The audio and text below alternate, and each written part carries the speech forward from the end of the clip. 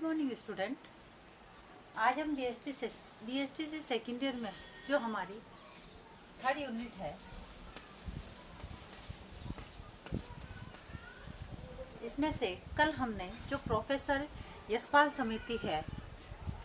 यशपाल समिति ने जो शिक्षा से संबंधित बदलाव किए थे और उन समस्याओं से संबंधित जो मुद्दे उठाए थे, जो बिंदु लिए थे, उन बिंदुओं के बारे में हमने अध्ययन किया था। अब आज हम इस वीडियो में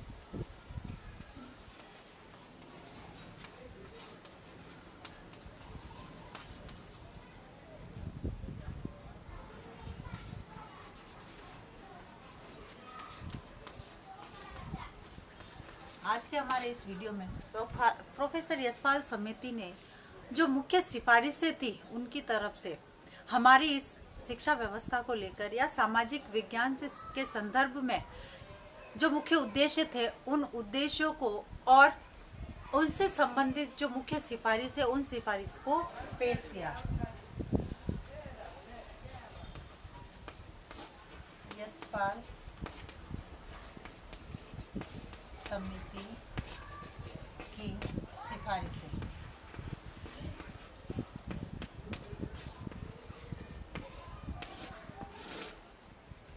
तो सबसे पहले तो इनके सिफारिशों के अंतर्गत सबसे पहले उन्होंने प्रोफेसर यशपाल समिति ने हमारी शिक्षा व्यवस्था को त्रुटि के संदर्भ में सीखने के बोझ को समझाने या सीखने के बोझ को सामने प्रस्तुत किया तथा बच्चे के बस्ते के भार को कम करते हुए सीखने के उपायों के बारे में बहुत महत्वपूर्ण ही सुझाव दिए। उनमें से पहला सुझाव है सहयोग आधारित शिक्षा प्रणाली को बढ़ावा देना। सहयोग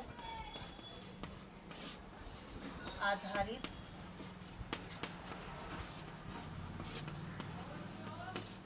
शिक्षा प्रणाली को बढ़ावा देना। सबसे पहला उन्होंने सिफारिशों के अंतर्गत उन्होंने ये कहा कि सहयोग आधारित जो शिक्षा है, वह सहयोग आधारित शिक्षा विद्यार्थियों को देनी चाहिए। इसमें जैसे स्कूल में सहयोग आधारित शिक्षा प्रणाली को बढ़ावा देने के लिए जो सामूहिक गतिविधियां होती है और सामूहिक उपलब्धियां होती है, उन सामूहिक गतिविधियों तथा उपलब्धियों को प्रोत्साहित किया गया। यानी विभिन्न प्रकार की जो प्रतियोगिताएं होती है, उन प्रतियोगिताओं को स्कूलों में अनिवार्य करने का प्रावधान रखा। उसके बाद है विकेंद्रीकरण को प्रोत्साहन करना।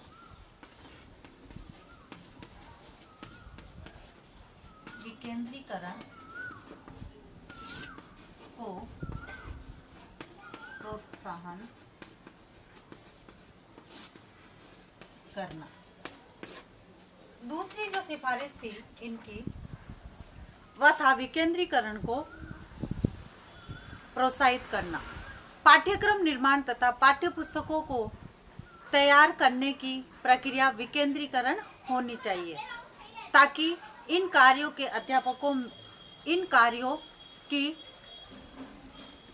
कार्यों में अध्यापकों की सहभागिता अधिक से अधिक ली जा सके और उसमें वृद्धि हो सके। पाठ्य पुस्तक निर्माण प्रक्रिया में परिवर्तन किया जाना चाहिए ताकि पाठ्य पुस्तकों के लेखन में अधिक से अधिक अध्यापक जो है भाग ले सके। यानी इसमें यह कहा गया कि जब पाठ्य पुस्तक बनाई जाती है सामाजिक विज्ञान की, तो उस पाठ्य पुस्तक में अधिक से अधिक अनुभवी अध्यापकों को इसमें शामिल किया जाना चाहिए तथा पाठ्य पुस्तकों के लेखन में अधिक से अधिक अध्यापक इसमें भाग ले सके। फिर रटने की व्यवस्था से मुक्ति दिलाना। रटने की व्यवस्था से मुक्ति दिलाना। अब उन्होंने ये तीसरा जो सुझाव रखा वह ये था कि विद्यार्थी जो पाठ्यक्रम रटते हैं, उस रटने के स्थान पर बल्कि उनको वह रुचिपूर्वक उस पाठ्यक्रम का अध्ययन करे और उनको रटने की जो व्यवस्था है उससे मुक्ति दिलाई जा सके। 10वीं और 12वीं के अंत में ली जाने वाली ली जाने वाली जो सार्वजनिक परीक्षाओं की विस्तृत रूप से समीक्षा की जाए तथा इस बात का ध्यान रखते हुए यह सुनिश्चित किया जाए कि मौजूदा जो पाठ्य पुस्तक है उस पुस्तक पर आधारित प्रश्न मंच प्रकार के जो प्रश्न है उनको स्थान संकल्पना आधारित प्रश्नों की व्यवस्था पर जोर दिया जाए। यानी पाठ्यक्रम या वर्तमान समय में जो पाठ्यक्रम चल रही है उस पाठ्यक्रम से संबंधित विभिन्न प्रकार के उसमें से प्रश्न लिए जाए तथा उन प्रश्नों की व्यवस्था की जाए, जिससे कि विद्यार्थी जो पाठ्यक्रम पढ़ रहे हैं उस पाठ्यक्रम को पढ़ते हुए उन प्रश्नों का उत्तर दे सके। इससे कि विद्यार्थियों को उससे रटने से मुक्ति मिलेगी। उसके बाद है प्रयोगों को बढ़ावा देना। प्रयोगों को बढ़ावा देना। अब चौथा उनका जो सुझाव था वह था प्रयोग, जो प्रैक्टिकल जो कार्य है वह प्रैक्टिकल कार्य को अधिक से अधिक बढ़ावा दिया जाए। यानी पाठ्यक्रम में यह सुनिश्चित किया जाता है कि पाठ्यक्रम में शामिल अधिकांश विषय वस्तु को ऐसे प्रयोगों अथवा कार्यकलापों से जोड़ा जा सके जिनमें शिक्षक तथा विद्यार्थी स्वयं उस कार्य को कर सके। यानी किसी भी कार्य को या पाठ्यक्रम में ऐसा भाग जोड़ना ऐसी व्यवस्था करना जिससे कि बालक उनको उस कार्य को स्वयं तथा शिक्षक उस कार्य को स्वयं कर सके। इसलिए कहा प्रयोगों को बढ़ावा देना, यानी प्रैक्टिकल कार्य अधिक से अधिक इसमें होना चाहिए। फिर है पाठ्यक्रमों को सामयिक संदर्भ में परिवर्तित करना। पाठ्यक्रम को सामयिक संदर्भ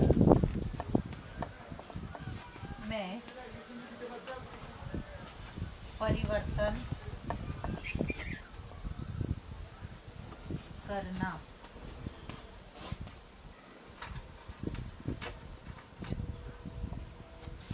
इसके अंतर्गत ये कहा गया कि इतिहास तथा भूगोल के अलावा कक्षा 6 to 8 और कक्षा 6 to 8 और 10th तक की जो कक्षाएं हैं उन कक्षाओं में सामाजिक विज्ञान पाठ्यक्रम में हमारी जो सामाजिक, राजनीतिक तथा आर्थिक व्यवस्था के दर्शन तथा कार्य विधि की जानकारी दी जानी चाहिए, ताकि छात्र सामाजिक आर्थिक विकास से संबंधित जो समस्याएं हैं उन समस्याओं को प्राथमिकता देते हुए उनका विश्लेषण करें तथा उनका समाधान कर सके और उन समस्याओं को आत्मसात करके उनसे निपटने की कोशिश कर सके। इसलिए कहा है कि पाठ्यक्रम में इनको शामिल किया जाना चाहिए, कक्षा 8 है, 6 और 10th तक के लेवल के लिए। अतः वर्तमान रूप में नागरिक शास्त्र को समाप्त किया जाए तथा उसके स्थान पर राजनीतिक अध्ययन को रखा जाए। भूगोल का अध्ययन सामयिक वास्तविकता से संबंधित होना चाहिए। यानी जब भूगोल विषय का अध्ययन विद्यार्थियों को करवाया जाए तो वह समसामयिक वर्तमान समय से जो संबंधित है उन घटनाओं को सम्मिलित करते हुए विद्यार्थियों को भूगोल विषय का अध्ययन करवाया जाए। और साथ ही साथ उस समय जब नागरिक शास्त्र चलता था उस नागरिक शास्त्र सब्जेक्ट को हटा के उसके स्थान पर विद्यार्थियों को राजनीतिक अध्ययन के बारे में जानकारी मिलनी चाहिए। तो इस प्रकार से प्रोफेसर जो यशपाल समिति थी उस प्रोफेसर यशपाल समिति ने सामाजिक विज्ञान के संदर्भ में इन मुख्य सुझावों को दिया तथा विद्यार्थियों के लिए जो बोझ से संबंधित जो शिक्षा है उस बोझ से संबंधित शिक्षा से उनको निजात पाने की कोशिश करवाई। अब है आज का आपका गृह कार्य। प्रोफेसर यशपाल समिति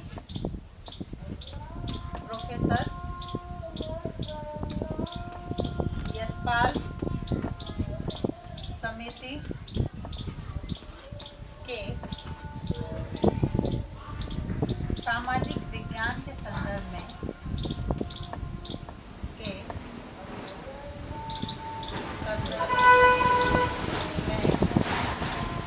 सुझाव बताइए। धन्यवाद।